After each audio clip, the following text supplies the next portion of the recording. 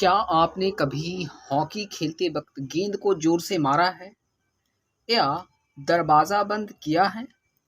इन सभी क्रियाओं में एक चीज समान है, वह है बल। बल का प्रयोग, बल यानी फोर्स, जो किसी वस्तु की गति, दिशा या आकार को बदल सकता है। तो आइए जानें बल के बारे में विस्तार से। बल धक्का देना या खींचना बल कहलाता है। अब बल को डिफाइन कैसे करते हैं?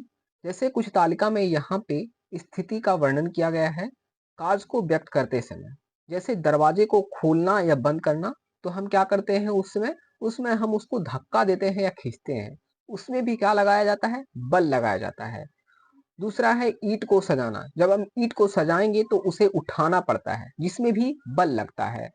तीसरा है घर में आटा गूंथना। जब हम आटा गूंथते हैं तो उसमें भी क्या लगाते हैं? धक्का देते हैं, जो बल का ही एक प्रकार है।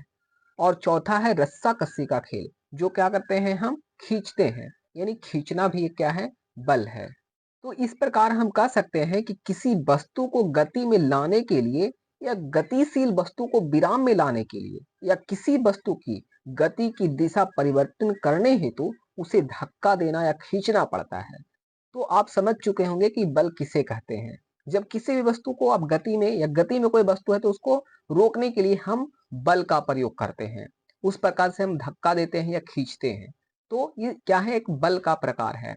तो आगे बताया गया है कि भौतिकी में इस प्रकार के प्रभाव को, जिससे वस्तु की स्थिति अथवा यथा विराम या गति की अवस्था परिवर्तन हो जाए या उसकी दिशा बदल जाए, तो वही बल कहलाती है, बल कहा जाता है। तो आप समझ चुके होंगे कि बल किसे कहते हैं। धक्का देना या खींचना बल कहलाता है। तो आप इस प्रकार कह सकते हैं कि बल एक प्रकार का धक्का या खिंचाव है। साथियों, क्या आपको पता है कि बल को मापने हेतु किस इकाई का प्रयोग करते हैं? तो साथियों, बल को मापने के लिए जिस इकाई का प्रयोग करते हैं उसे हम न्यूटन कहते हैं।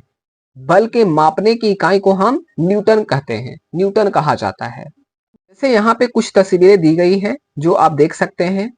जैसा कि आप पिक्चर में देखे होंगे कि दोनों लड़कियां हैं, एक दूसरे को धक्का दे रही है, जबकि अगले पिक्चर में लड़कियों को एक दूसरे को खींच रही हैं।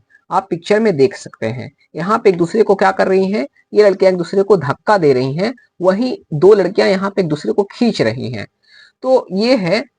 और आगे है कि 5.6 में लड़का एवं जानवर एक दूसरे को अपनी अपनी ओर खींचने का प्रयास कर रहा है। जैसा कि आप पिक्चर में 5.6 पिक्चर में देख सकते हैं कि ये जो गाय है अपनी तरफ खींच रहा है और ये जो लड़का है अपनी तरफ खींच रहा है। तो इस प्रकार आप कह सकते हैं कि दो वस्तुओं के बीच के जो बल लगता है वो अंतःक्रिया के कारण ही लगता है।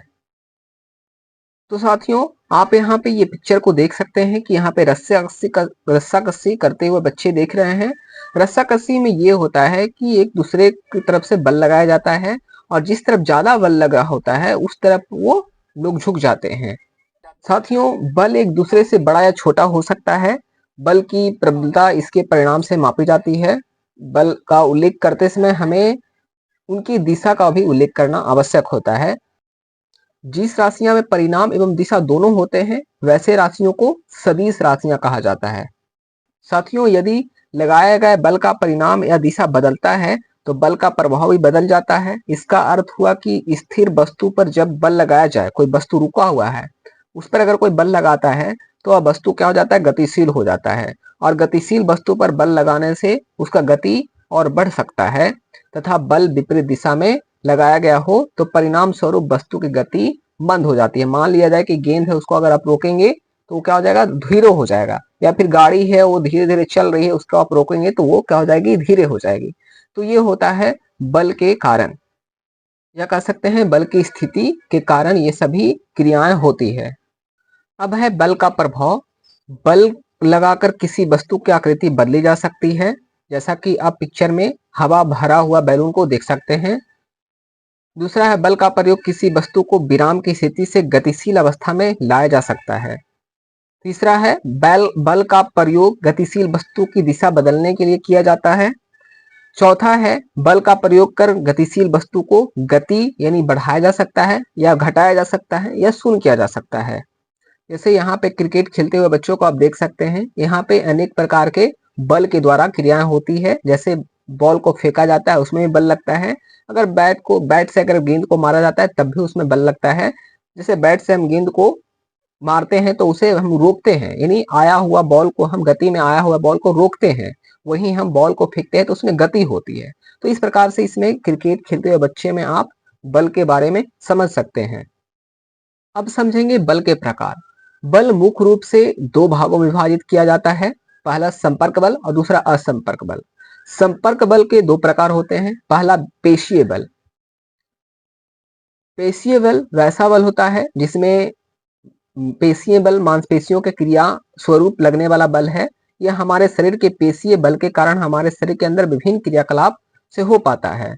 इसमें हम अपनी ताकत से बल को लगाते हैं, अपने शरीर से बल लगाते हैं, इसलिए इसको हम पेशीय बल कहते हैं। जैसे यहाँ पे बहुत सारे उदाहरण दिए गए हैं, जैसे कि बोझा ढोने वाले जंतु भी कार्य जब करते हैं तो उसमें पेशीय बल का ही उपयोग करते हैं, क्योंकि पेशीय बल तभी लगता है जब पेशीय किसी वस्तु के संपर्क में होता है, इसलिए इसे संपर्क बल भी कहा जाता है। दूसरा है घर्षण बल। घर्षण बल जिसमें हम घर्षण करते हैं, जिसमें घर्षण होती है, सतह से वो टकराता है। जब कोई वस्तु किसी दूसरी वस्तु के संपर्क में गति करती है, एक बल उस वस्तु के संपर्क सतह पर कार्य करने लगता है, इसलिए इस बल को हम घर्षण बल कहते हैं। बल गति का विरोध करता है।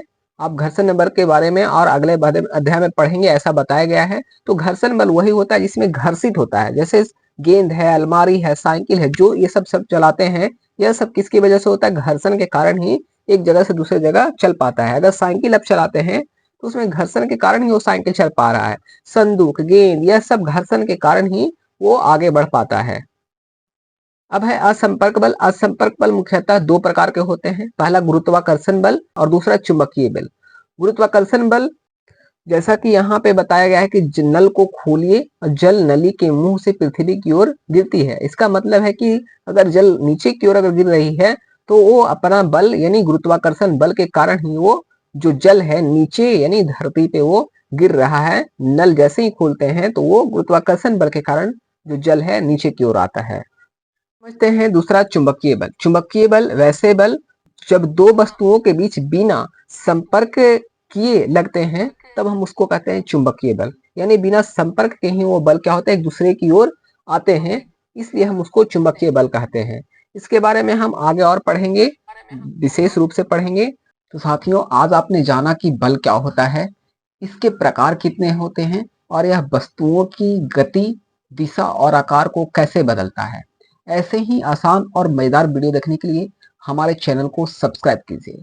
अगर वीडियो अच्छा लगा है तो लाइक और शेयर कीजिए। फिर मिलते हैं अगले वीडियो में, तब तक के लिए जय हिंद।